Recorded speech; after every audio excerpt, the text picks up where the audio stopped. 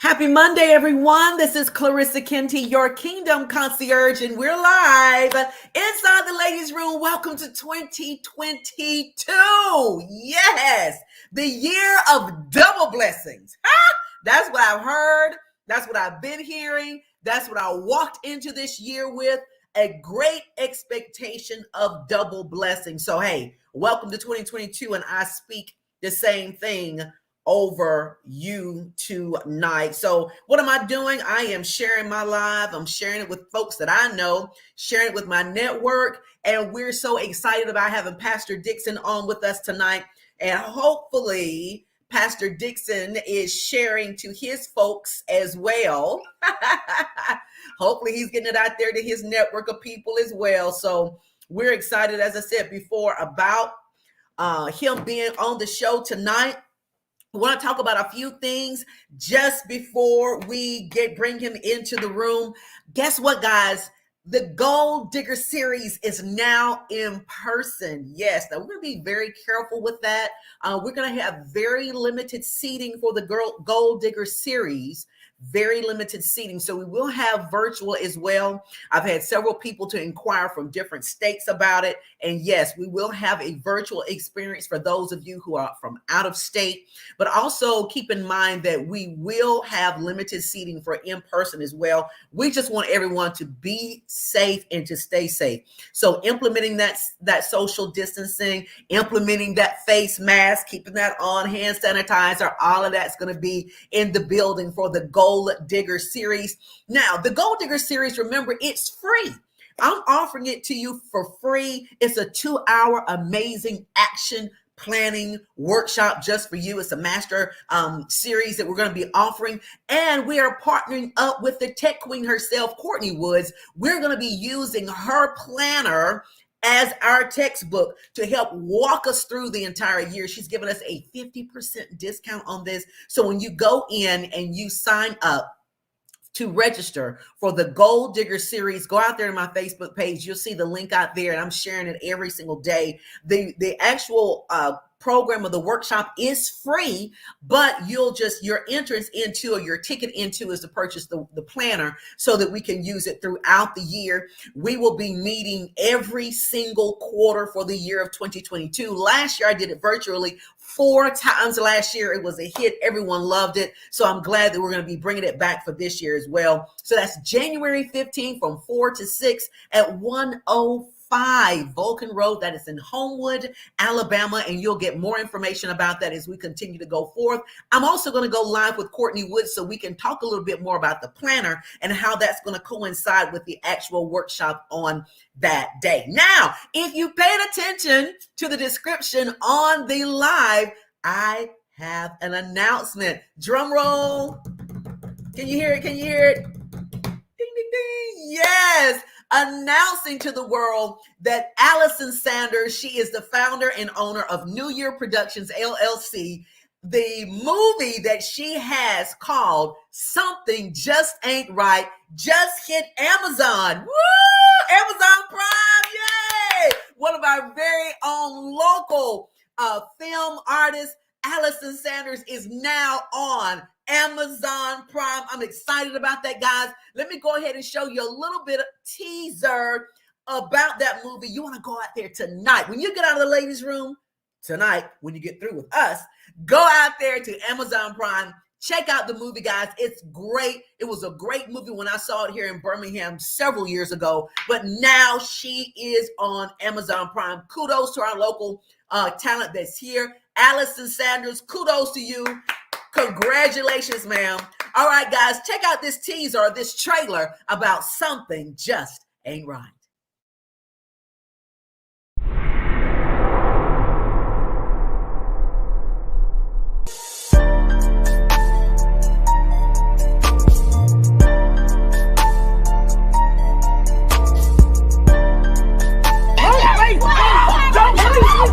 Yo, I'm crazy, man. She gonna kill us. You need to make up in your mind today what you gonna do. How could you do something like this, Robert? The joy of the Lord is your strength. I don't want to hurt you.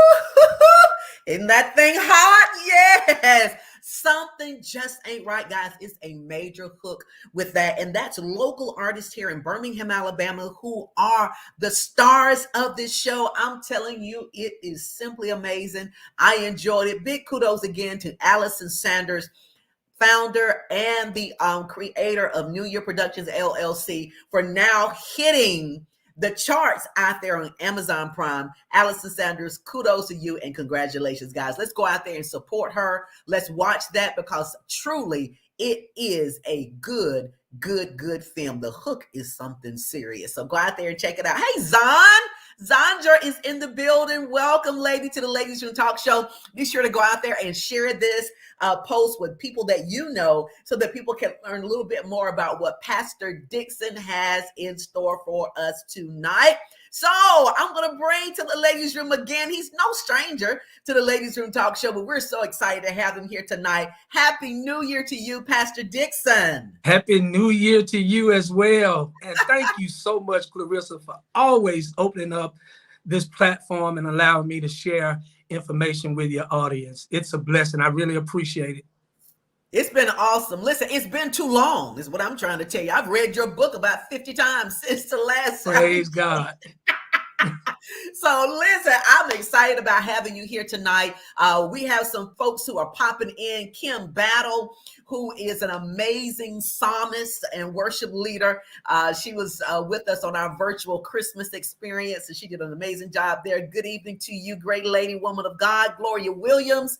And she is a queen. She holds a state title for Miss Senior. I think it's Senior Tennisville, I can't remember the city. I always forget the city. No, Miss Senior Centerpoint. She holds that title. So we have a queen in the midst of us as well, Pastor Dixon. So okay, I need to meet the queen. My church is in Centerpoint, so I need to meet the queen of Centerpoint. Yeah, so she can come and make an appearance. She is a lovely woman, a beautiful woman of God. So we're excited about having her inside the Ladiez Room here tonight. Allison Sanders, we just got through talking about you. Yay! Pastor Dixon, meet Allison Sanders. She is the one that's responsible. She's the director, executive director, and producer of Something Just Ain't Right, the movie. Have you seen that yet? I have not, but I just saw one of the characters in that movie is someone that I know. Oh, hey, I'm telling you, they're local greats. Yeah. So I'm sure we're all going to say, hey, I know that person. Hey, I know that person. So hopefully you and First Lady will have an opportunity this weekend or this week to go out there to Amazon Prime and check it out. So we really definitely will. It's really, really good. All right. And Gloria says that she will love to come and visit Pastor Dixon. So I hope that I'm not out of order, but Gloria, maybe if you could send a message to Pastor Dixon and maybe via Facebook and let him know who you are and introduce yourself to him, and you guys can make that connection going Absolutely. Forward. Yes, Miss Senior, Centerpoint, Alabama. Yes. All right. So let's talk about this book now. Now, that last one you did was the boom. I read it in, let's say I went to New York. And I read that book. I read the first half of the book flying to New York, and then I read the other half flying back. So that's just to kind of let people know that the way you write is an easy read for me. I love it. It's an easy read. It's something that most people can pick it up and just read it very quickly. It's not anything that is, you know how some books you kind of pick up and. You know what, Clarissa? It's intentional. I do that on purpose. Yes. Every book that I've written, what I call mini booklets, easy reads, you know, because of the quote unquote, the stigma that's placed on us. And so a lot of times, you know, if you put too many pages in or you include too much, sometimes you run the risk of people really not reading it. So I try to compact, you know, the whole of the message in small booklets. I call them mini booklets. Right. But they're very easy reads. And most of them you can read within a couple of hours. I'm telling you, that's exactly what I did when I got it. I said, let me see what I can do. Cause it's been so long since I've flown. And this was, pre-pandemic. But I didn't know that they had the little TVs in the thing and you can watch TV, right? So I had already fashioned in my spirit. I had your book, I had my pen, and I'm just ready. I'm not even going to watch. I'm going to read. Praise and so, the Lord. Yes. And so Allison Sanders and I both went to New York on that trip. So she said she read while I was sleeping. And I promise you, she was snoring, getting down. Okay. Well, Allison needs to read it again then. Yeah. Awake this time. So let's talk about this. What really, what compelled you to write this book? This is a touchy topic. It is. It's something that most people really don't prefer to talk about or really want to talk about. Mainly two reasons, Clarissa. One being the fact that I grew up in a home of a mother who just always talked to us about death. She would make statements like, hey, listen, I'm not going to always be here with you. And so her thing was, if something were to happen to me, and, it was 5 of us, my mom was a single parent. And so her words would always be, listen, I don't have a whole lot, but that I have is yours. It's for you and your brothers and sisters. And so she would just give us clear, concise instructions on where everything was, all the way down to, important papers for funeral home, the program for her funeral. If something were to happen to her, we all knew that, she didn't want to be resuscitated, things like that. Well, as a young kid, you don't really want to talk about it. But then as I got older and then things began to happen, that's when I saw where it really mattered a lot. And then lastly, the thing that really motivated me was a personal experience with a family member who passed away that was not prepared financially to die. And unfortunately, we had to ask family members, to help out with the funeral. Of course, family was very supportive. Everybody did what they were asked to do, even friends. But it was just kind of painful to have to do that, and I'm saying, if we would just go on and deal with this elephant in the room, we could do away with a lot of the unnecessary stuff that comes along with someone departing, because it's painful enough as it is. Yeah. You know what I mean? And so I remember when my mom passed away, as devastating as that was, she had talked to us so much about it. When she passed away, it was like, I preached my brother's funeral, and I said during his funeral, a lot of times, if we'll just talk about it in our living, we'll take the fight out of potential fights.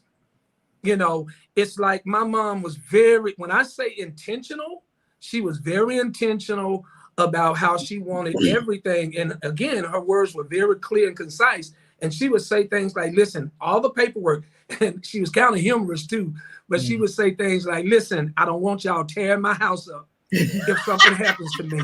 Everything you need is in this green metal box under my bed. And when I tell you, when my mom passed away, everything that we needed was in the green metal box under her bed. And my brothers and sisters and I were able to give my mom a really nice home going. And we were blessed with a little finance, that she left to divide among ourselves afterwards. So, and then being a pastor, Clarissa, I've seen after 30 years of ministering and pastoring and doing funerals, so many families being devastated by death. But then what's even worse is the drama that comes behind it. I don't think we talk enough about it from this standpoint. Can I use an example? Yes. Here's an example. Like right now, I know it might be painful for you and your husband to talk about, or it might be something that's uncomfortable to talk about with your sons or your children. But at the same time, God forbid, but people die all the time. I would suggest that a husband and a wife, especially young couples and even elderly couples, if you are expecting to move on, if your spouse precedes you in death, then you should be talking about that to your kids now. How many single parents do we know right now, their lives are held hostage because they're trying to be loyal to what I believe are entitled, really stubborn kids, when the parent, their mom or their dad passed away, and now the living surviving parent is there lonely, don't want to move on because they're afraid they may pick the wrong one. They don't want to offend their children, but yet the children are moving on with their lives. I've talked to my kids and I've told them, now this was years ago, I'm 58 now. So things are changing a little bit, but I've told my kids, I love companionship. So if something happens to your mom, I'm telling you up front, please don't put that kind of pressure on me. Now I will be, and this is what I tell them, I'll be mindful of the fact that, you know, you guys are hurting. I'll definitely try to respect you guys from the standpoint of making sure whatever selection I make next will be one that loves my kids. You know what I mean? But at the same time, I can't allow my life to be held hostage being loyal to children who are moving on with theirs. That's right. So it's not just about getting life insurance. It's about covering the bases on a lot of different things. You know, you got siblings who fall out all because mom, dad didn't really talk about death a whole lot, of how they really wanted things to go.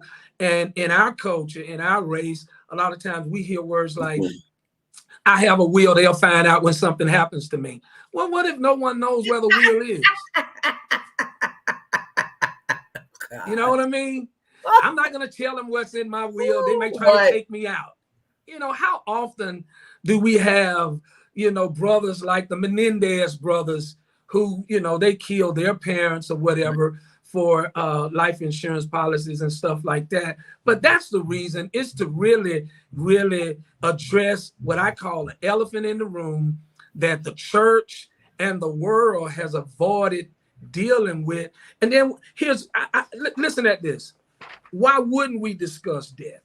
More than 771,000 deaths from COVID alone took place during the pandemic. Yeah.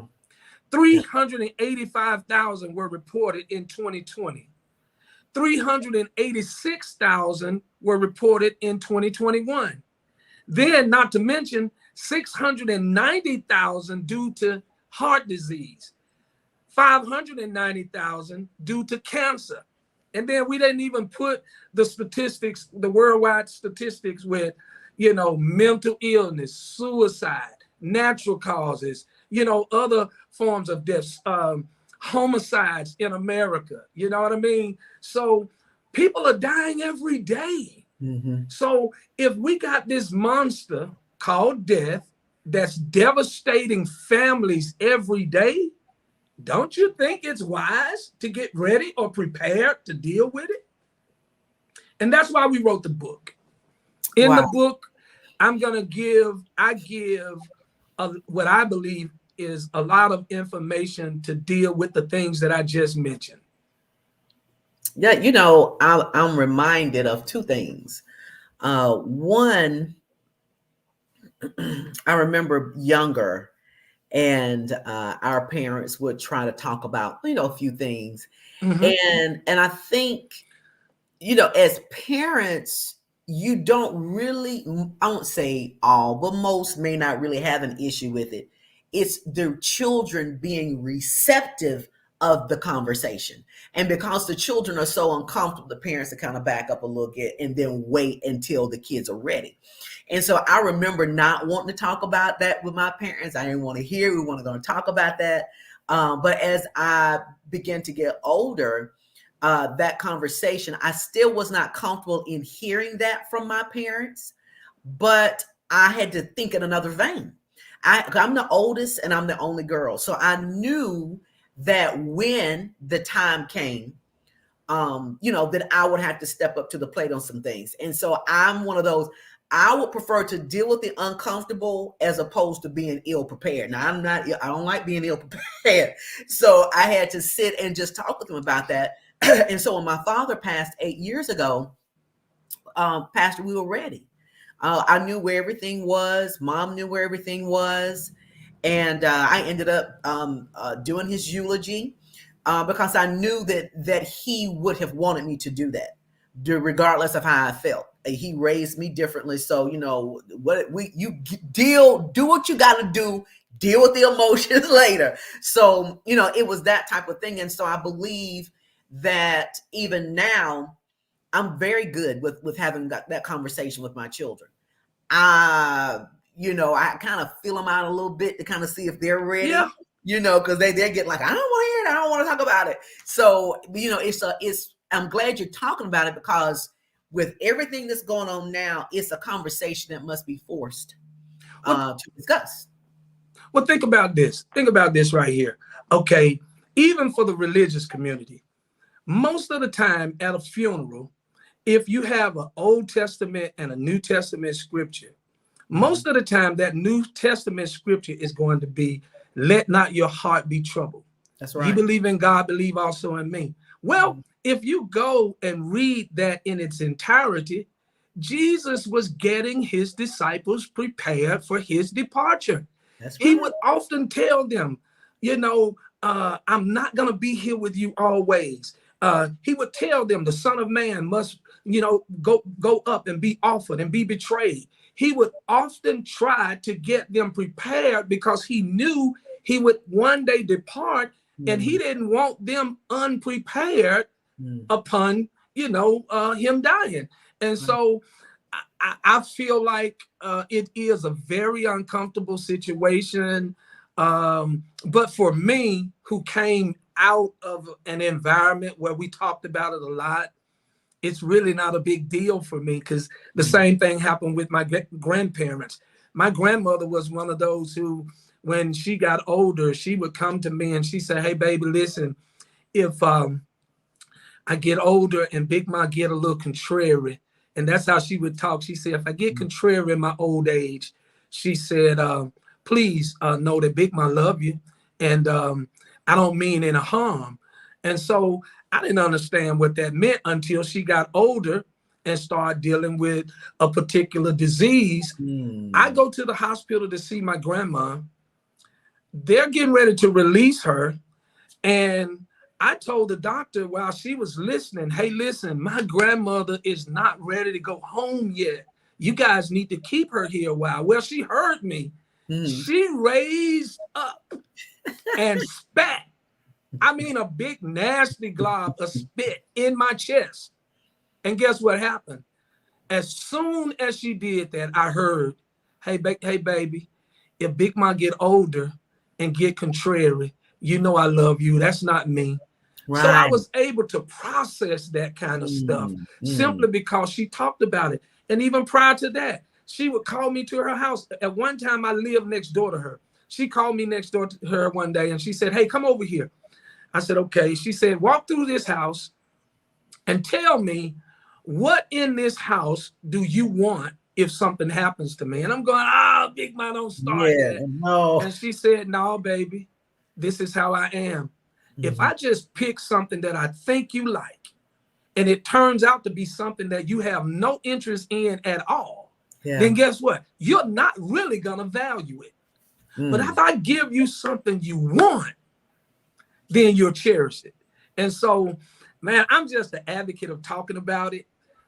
There's so much attached to it that I believe if we can, like you say now, you can't just blurt it out. You know? Right. You gotta use some wisdom and prayerfully, you know, enter into those conversations. But you do want to have that conversation. Here's another example, and I want to motivate some people out there tonight. Say you have a husband and wife that gets married. Both of them gets married with children from another relationship. One of them pass away without ever talking to either side about how they want things. Well, the children of the deceased parent could be sitting back, like many of them are, saying, My stepmom didn't do us right. I know my dad had this. I know my mom owned this. And my mom would have wanted me to do this. And I'm saying, if we talk about these things now, it could eliminate, it's called taking the fight out of it.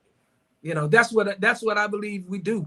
We take the fight out of it, you know, by talking about it, discussing it. I have so many situations, like a young lady in our church years ago. She came to me one day. She said, Pastor, you know, I don't have a lot of family, and I trust you and co-pastor. And she said, I would like to make you the beneficiary of my entire estate. And she said, all I want you to do is give me a nice cash, and I love lots of flowers if something should happen to me. And you can do whatever you want to do with the rest of the estate. Well, the average person would think, man, that's really nice that someone would trust you that way. I said to that young lady, thank you, but listen, do you realize the burden that you're putting on me? If you don't talk to the family that you do have about this decision that you're making, you'll be on your way to heaven, and I'll be here in the earth catching ham and cheese with your family. Right. You know, I mean, because come on, let's be real. Folk get kind of crazy when it comes to finances. Right, right. So I believe she could take the fight out of that, and whatever potential problems people have, they would have to deal with her while she's alive. So you got to protect the surviving person as well.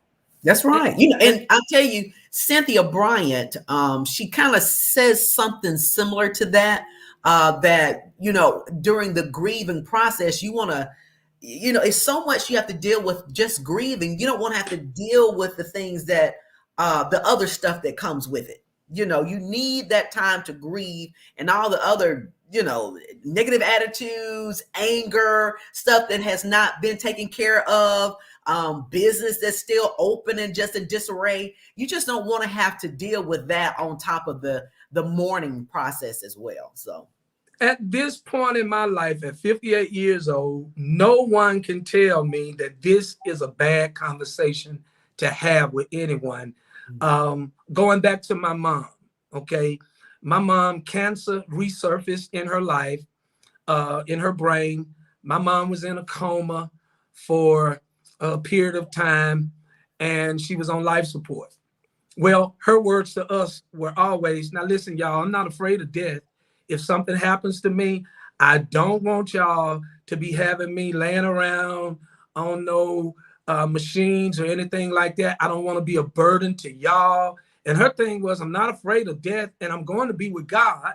So y'all let me go. Well, the doctor gave us the decision. All four of my siblings and I, we had to make a decision. And it was an easy, you know, it was an easy decision. Now, of course, I tell my kids, if something like that were to happen to me, look, give the Lord 3 days. At least give him 3 days. Give him a little time to work now. Don't just go and shut it off. So you said if he can ride, if he can get up in 3 days, I can get up in 3 days. Oh, God. You know what? Let's give you 4, because he said, greater things shall we do. Well, praise the Lord. I'll take that. Okay. I'm going to add 4 to my conversation on that note right there. But I mean, when I tell you, it took so much out of a bad situation, because, you know, when the doctor left the room, my brother and I, you know, we were able to say to the rest of the crew, hey, y'all know what Mama always said. Right. You know what she always said. You know what I mean? And so guess what? It wasn't a real issue. And so, you know, we take those things for granted, but at the same time, death keeps invading our ranks every day.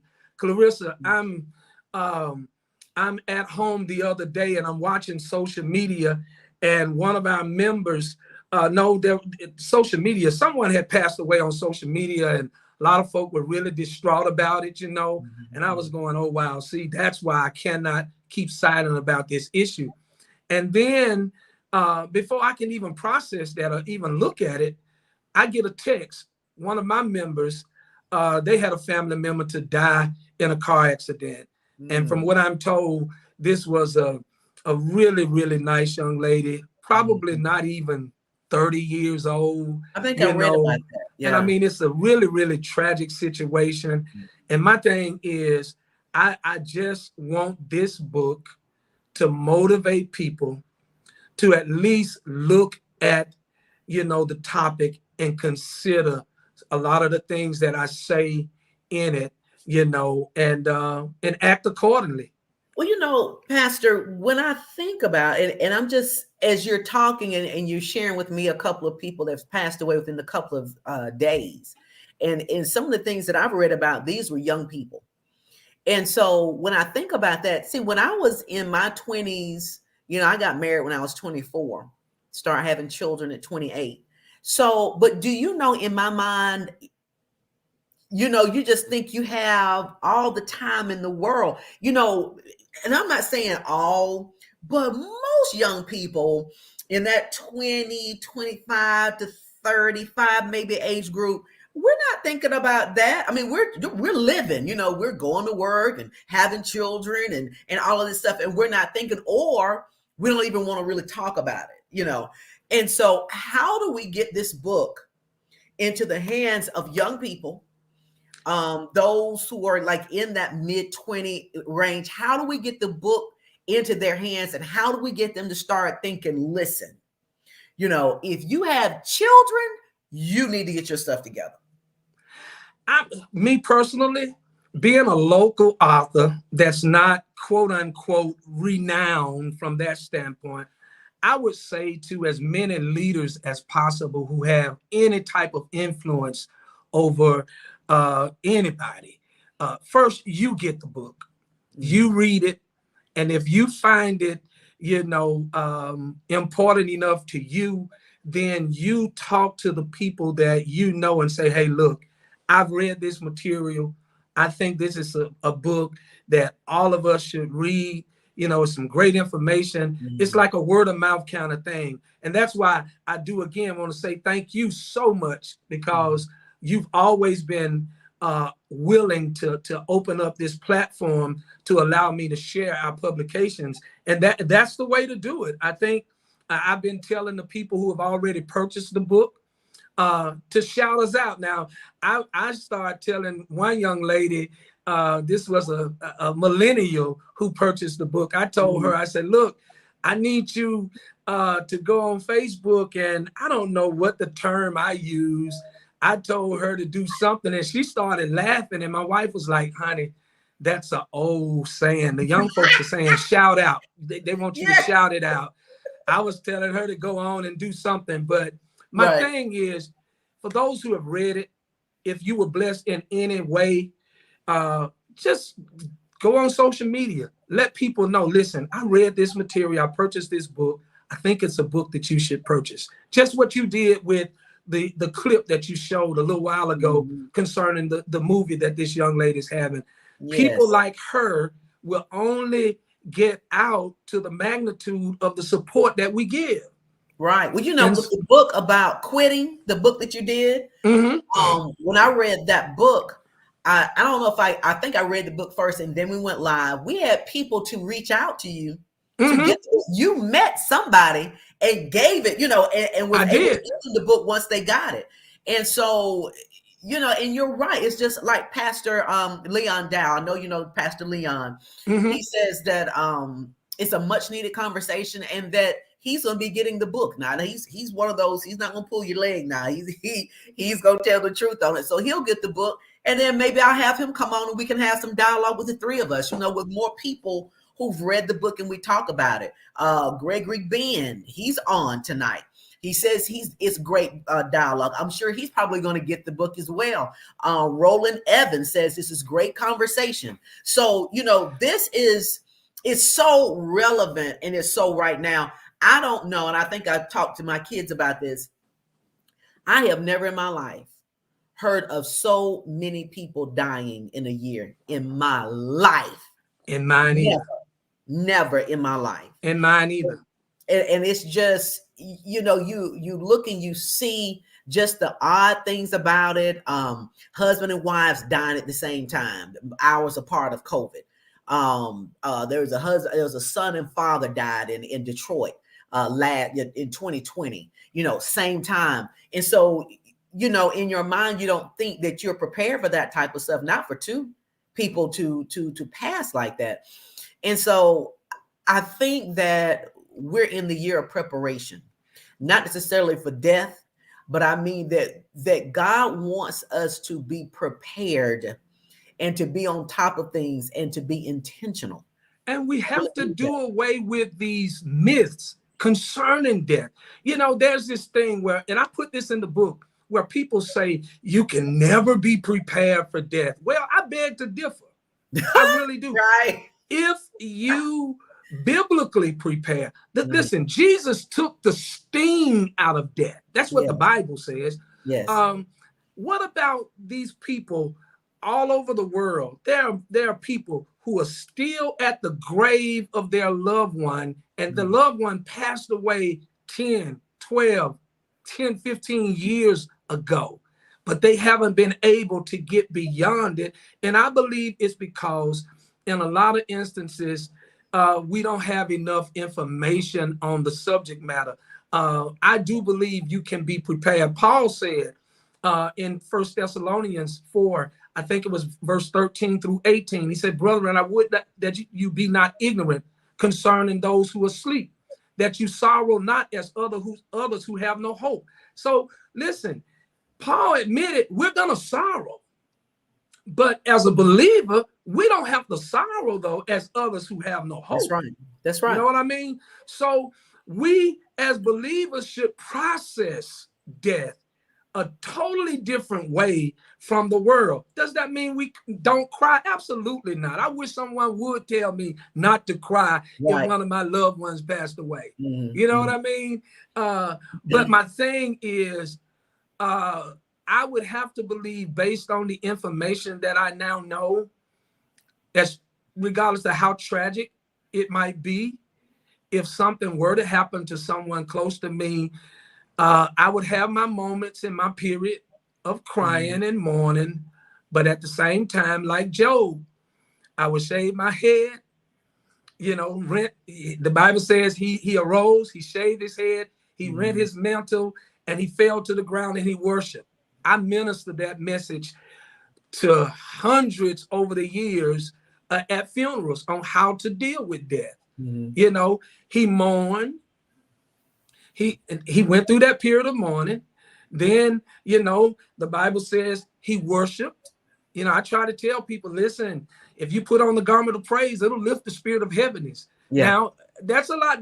It's difficult for people who are not seasoned in this, and I understand that. But I'm saying we've got to engage that conversation. We've got to stop saying you cannot be prepared. How can a believer not be prepared for anything? No way. Right. I mean, impossible is impossible. The Bible says with God, with man, things are impossible, but with God, all things are possible. Right. So when it comes to God and dealing from the religious standpoint, we have the wherewithal within us to get through anything that we deal with. It's just a matter of, are we willing to make that decision? And so my kids and I, we laugh about it. Now my sons, they kind of like, you ain't married nobody else if something happened to my mom. But I tell them, hey man, listen, I'm not born to be single, and I'm not gonna, just kind of do my own thing. So if something were to happen, dependent upon the age that I am, I'm gonna remarry. And so they already know this. So when that time comes, they might be a little disappointed, but they won't be able to say, my dad told us this would happen. Right. Yeah. Right. It's good just to, like you say, address the elephant in the room and to be able to lay out information. See, to me, knowledge is power. And I have to tell you, when I did my father's funeral, And I forgot, when you're officiating or during the eulogy, you have to lead the procession out, right? Forgot about that part. And so so when I did, I was like, oh, okay. And so I went down and I looked at the body and I said, okay. I said, well, this is the last time I see Dad. And the Holy Spirit told me, said, no, the last time you saw him was when he was alive. That's a shell. Wow. And so I saw, okay. So I walked on, went on the pulpit and did what I had to do. And so how I was able to get through that moment was training. And because I am trained by Pastor Michael Moore, Faith Chapel. And so I have 15, 16 years of pastoral and ministerial training from him. And so he taught us how to make the decision to take your emotions and put them to the side. And so, but the only way I would have known how to do that, Pastor, is by having that knowledge to know that it's possible. And so when you have a book like what you've written, to get people to start talking about something that's uncomfortable, but they're making the decision to do so, making the decision, say, look, I don't want to talk about this. I really gonna live for a long time. I don't want to talk about this, but to say, but because we need to be prepared, let's put our emotions to the side. Let's sit down. Let's talk about this and get our business in order. So to me, knowledge gives you the power to do the uncomfortable. Well, you know what? I went to a pastor years ago. As a young pastor, I would go and sit down with that very pastor that you named, okay. Pastor Michael D. Moore, along with several others. But there was this other pastor who I won't name, but I went and sat down with him as a young preacher. And I wanted to really kind of complain about a lot of the problems that I was having as a pastor. And when I finished, he looked at me and he said, well, now you came to me. And so when you came to me, you opened yourself up for my advice or my criticism, etc., right. Or wisdom. Mm-hmm. He said, from what I gather, you're frustrated because you don't know enough. Mm. And so at that moment, I had a decision to make. I could either get pompous and get in myself and say, well, who do he think he is? I'm a pastor just like he is. Right. You know what I mean? No, but because of the respect that I had for that man of God, which was why I was talking to him from in the first place, because of that respect, I took his word and I went and I learned more. I challenged myself to read more, right. to get better prepared, because it's true. The more prepared you are, the better equipped you are to deal with things. So this is not just about being prepared financially. I'm talking about from the emotional side as well. Right. I have a whole chapter in this book dedicated to helping an individual that might be grieving right now or still in that mourning period. Pastor Mike had a book out years ago called Weep Not. Yeah. That teaches us how to really get our emotions, under control. I say it this way. It's okay to mourn, but grieving will kill you. That's right. You let it. Grieving will make you sick, and ultimately it will take you out. And so it's just Pastor, let's talk about that quickly, because that's one of the things that Pastor Mike taught us as well, is to know the difference. And some people don't know the difference. They think that grieving and mourning are one and the same. And so some people don't understand, well, when did I dip over into grieving, and what does that mean, and how do I get out? I would say, based on the knowledge that I have, the moment they made a decision that I would never get over this, the moment they decided or gave way to the emotion that said, I can't go any further. My thing is, there's nothing wrong. My mom's been deceased for over 20 years. And there are times during certain holidays or certain periods in my life where I may get a little teary-eyed. So there's nothing wrong with crying. Okay. But when you make a decision and you start declaring things like, this is too hard, I'll never get past this.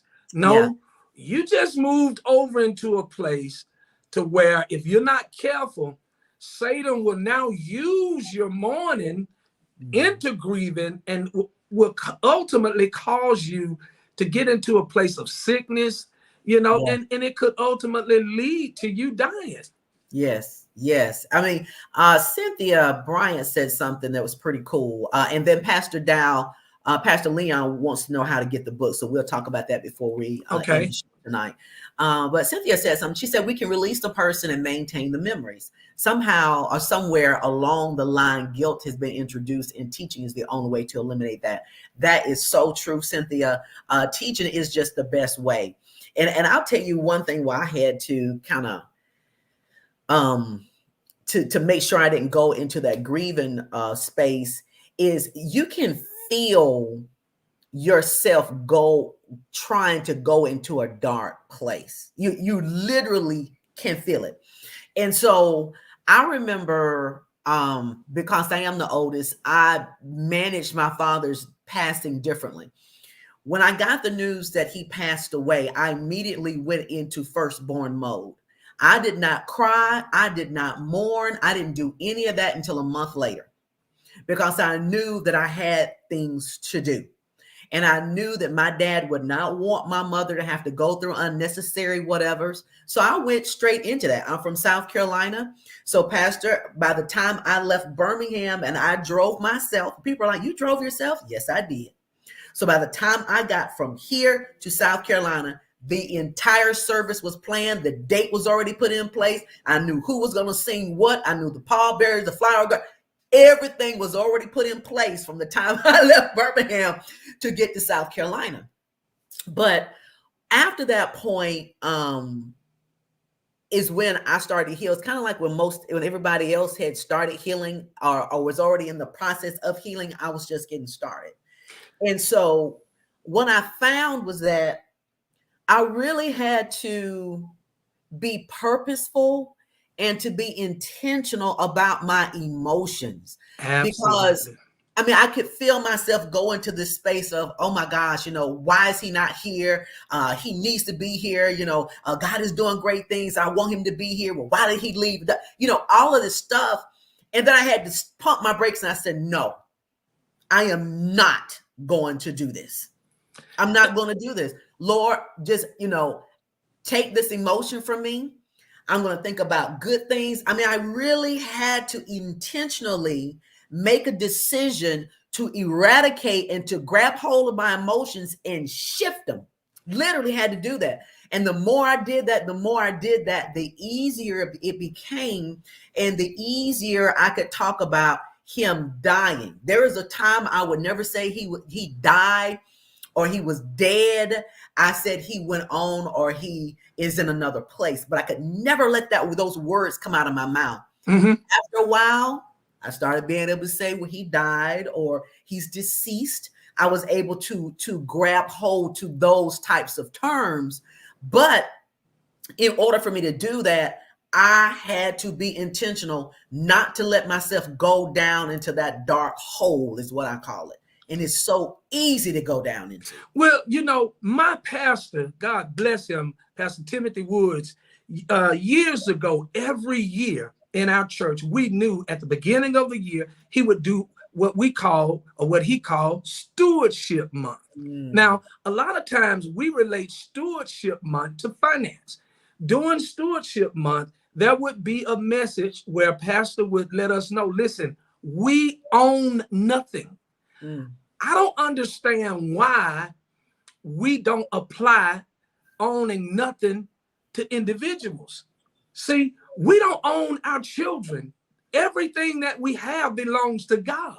That's right. So if we're taught that, listen, God privileged you to manage a child's life while they're here on the earth for as long as you're able to do it, or as long as he allowed you the opportunity to do it. But at the end of the day, we all belong to him. Mm-hmm. And so it's like, when the time comes for us to return to our maker. You know, it's just that time. And so, yeah, we take, you know, we kind of take ownership in some ways that we shouldn't. But I believe with conversations like tonight, of course, getting a book, the book going viral, you know.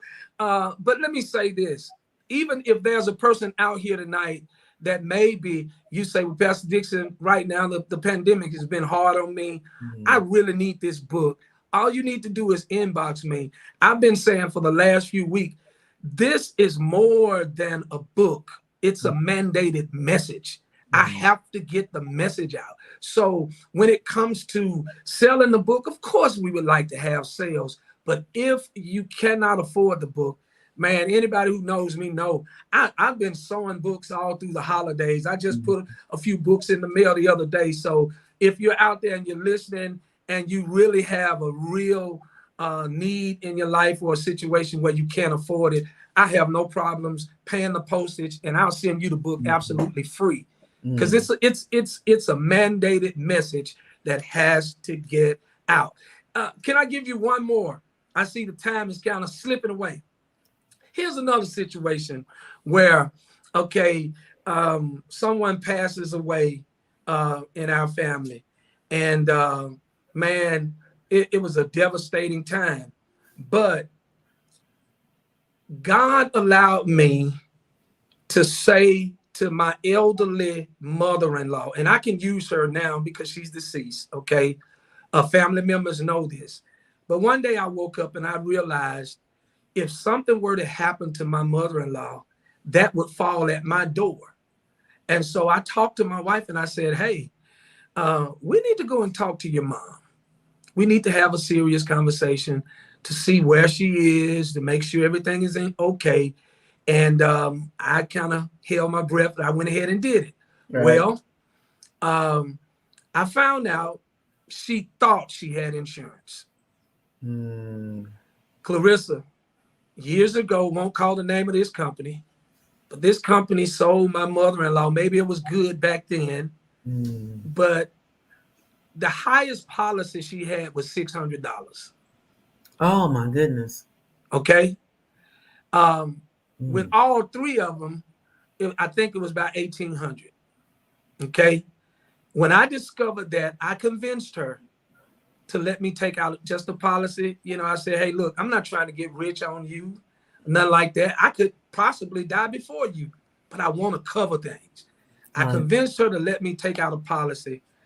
About 3 years after doing it, she passes away in our home. And I had I call it the blessed privilege of being able to say to my wife, deal with your mom whatever way you choose to deal with it. Yeah. But that financial part is handled. Right. It's handled. You don't have to go to anybody. You don't have to call anybody. And so, you know, it's just. But, you know, I'm going to say this. I believe when you have a relationship with God, you can hear his voice clearly. Yes. And that was a clear conversation that God had with you. And you had to choose whether you're going to listen to him or not. Because you could have easily said, that's a little tricky. Nah. You know, but you listened to the voice of God and you obeyed. And where we are in the season now, with what God is doing, and in this 2022, baby, this double year of blessings, we have to lend an ear to hear, trust that it is God, know that it's his voice so he can protect us. God spoke to you, Pastor, so he could protect you years later, and you listened. And I believe it was the Lord who led me to pen this book. I really do, because again, you know, you look at the prodigal son, you know, we always use him as a bad boy. But how did he know he had an inheritance? How did he know he had an inheritance? That's right. Someone had to have talked to him previously to let him know. He had to come across some type of information for him to be able to say to his father, give me my inheritance. Right. I don't want to live here anymore. Give me what belongs to me and I'll go. That alone says either daddy talked to him or the culture at that time said that a good man leaves an inheritance for his children's children. That's right. You know what I mean? And so I just believe we got to deal with it. And as uncomfortable as it is. I'm going to say this, Pastor Dixon. I hate to cut you off. But I'm going to say this. I would like to see a workbook with this book. And I'm going to tell you why. Wow. And look, I haven't even read the book yet. I'm going to be getting the book hopefully this week. Wink, wink. Oh, absolutely. Chris, ensure that I get this book. He in here talk. Let me see if I can find him. He said, there he is. What did he say? It's the world's best-selling author. Yes, he is. But I need the book so I can read, so I can confirm that. That's one of my greatest fans. To bring it to the office this week. But I would like to see a workbook with this, because with the things that we're talking about, I think your textbook along with a workbook would be able to easily help navigate people to get to where they need to be. And I think that workbook could really help a lot of people, me included, to make sure that we're where we need to be with this topic. That's done. And I mean that when I say that, because you're the third person who said that to me. Even the young lady, listen, the young lady who actually edited and did all of my cover and all of everything related to helping me put the book together. I preached a funeral of one of her friends' mom that passed away. And I just alluded to the fact that I was working on a book about death. Later on, I had a family member, when I got ready to write the book, I had a family member who had written a book, and I asked them, because I didn't want to use the person that I had previously used. And I said, do you know anybody who can help me out with getting this one out? She gave me this young lady's information. I called the lady, and the lady said to me, sir, are you the young man that preached the message at Hopewell Baptist Church in North Birmingham? I said, yeah. She said, oh my God, I was at that funeral. And I told a family member or one of her friends that I had never heard anyone speak on death like this at a funeral ever before in my life. I want that book. And she had the privilege of editing. She did the forward in the book and everything. So I'm telling you, man, this thing is ordained of God. I know it is. Listen, Pastor Leon said workbook is awesome. Psalmist Jolanda Green says she was going to ask if a workbook came with it. So we want that workbook to come forth. Coming soon. Coming soon. Excellent. And we'll talk about that as that workbook comes along with this book. We'll go ahead and talk about that as well, and hopefully put it on our site so we can ensure that people can get that book as well. That's something that definitely needs to be discussed. I'm telling you, I'm so excited. This went by really fast for me. It did. It went by really fast. But I am really excited about the book, and I believe that you not only are going to be helping so many hundreds and thousands of people with this book, but I believe that you've helped so many tonight, and then those who will go back and look at this book again. I want to thank all of those on YouTube who have joined us here tonight. Make sure you reach out to Pastor Earl Dixon of Kingdom Ministries. You can go to Facebook and reach out to him, send him something on his inbox on there. So again, all of you on YouTube, make sure that you subscribe and hit your notification bell so that you can get more lives. We're going to be coming back on here through the Ladiez Room Talk Show. Let's see, had some more people. Oh yes, I was helped.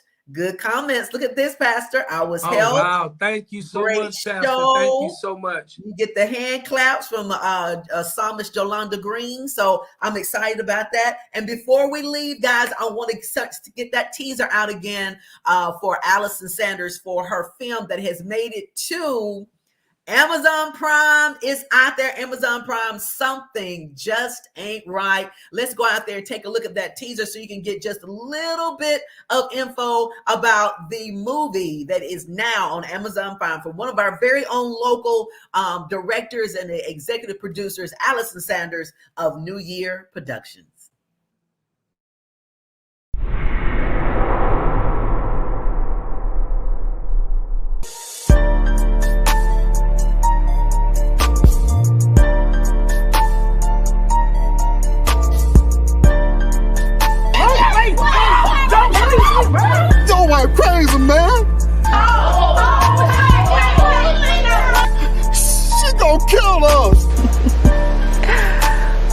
need to make up in your mind today what you gonna do. How could you do something like this, Robert? The joy of the Lord is your strength.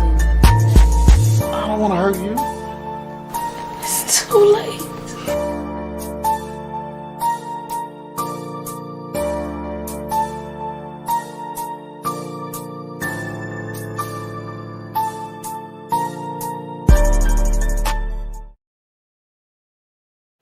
All right, guys. Allison Sanders, New Year Productions, LLC. Go out to Amazon Prime. Check it out. It did drop today, and it is available. Pastor Dixon, I can't wait for you and your wife to take a look at this movie now. It has a lot of biblical background a lot of biblical things associated with it. So I think you're going to enjoy it. As soon as I leave, I got a few people to call. I'm telling you, I saw a couple of people on the clip that I know really well. Yes, it's going to be great. But again, Pastor Dixon, thank you so much for your time and hanging out with us inside the Ladies Room. You are the very first show for 2022. Well, thank you so much. And before we go, listen, for those who are interested, we are on Amazon.com. You can go to Amazon.com. You can go to my personal website, edjministries.org. Or if you want to just cash app, EDJmen, $25, and we'll get the book right out to you. If you cash app, of course, you'll have to inbox me your address and all that. But the easiest way to do it is through Amazon.com or edjministries.org. And all the information is there on the site where you can purchase the book. On Amazon, all you got to do is just key in Earl Dixon and my publication will come up.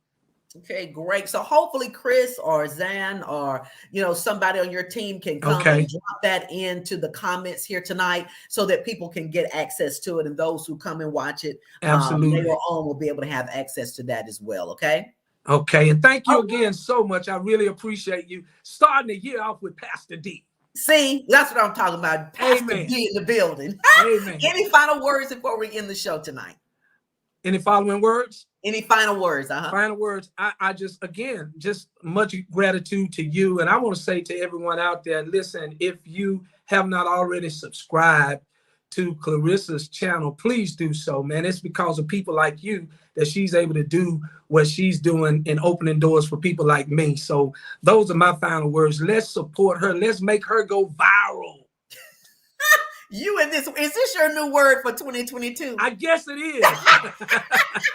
Hey, my children tell me I'm not hip enough. I just hope it's a hip word. Look, I need Ashley to sit down with you so we can increase both of our vocabularies for 2022. Well, I'm willing to learn. All right, guys. Thank you so much for joining us inside the Ladies Room Talk Show. Great show with Pastor Dixon with Kingdom Ministries. Go out there and get his book on death. Is something that's, we're all of us going to have to deal with it at some point, but we also need to talk about it. So again, thank you so much, Pastor Dixon, for coming on. Let's see if we got some final words here. Okay. Pastor Leon said he's purchasing right now. Thank you, Pastor. So, blessings to you. Thank you. Yes. All right, guys. Again, thank you so much for joining us. Please stay safe and be careful out there. Also, we want to remind you of the Gold Digger series. We're going to talk a little bit more about that as we get closer to the 15th. Remember, you can go out to CLK. CLK, that's Clarissa L. Kenty. You can go to my profile page, Clarissa, or go to my personal page and find that link and sign up. Free class with the purchase of your workbook planner. It's going to be great to help you with getting those goals together for 2022. To all of my gold diggers out there, all right, guys, I want to see you January 15th. All right, guys, thank you so much for joining us. Have a great, safe rest of the week. Stay the course and be blessed. Good night.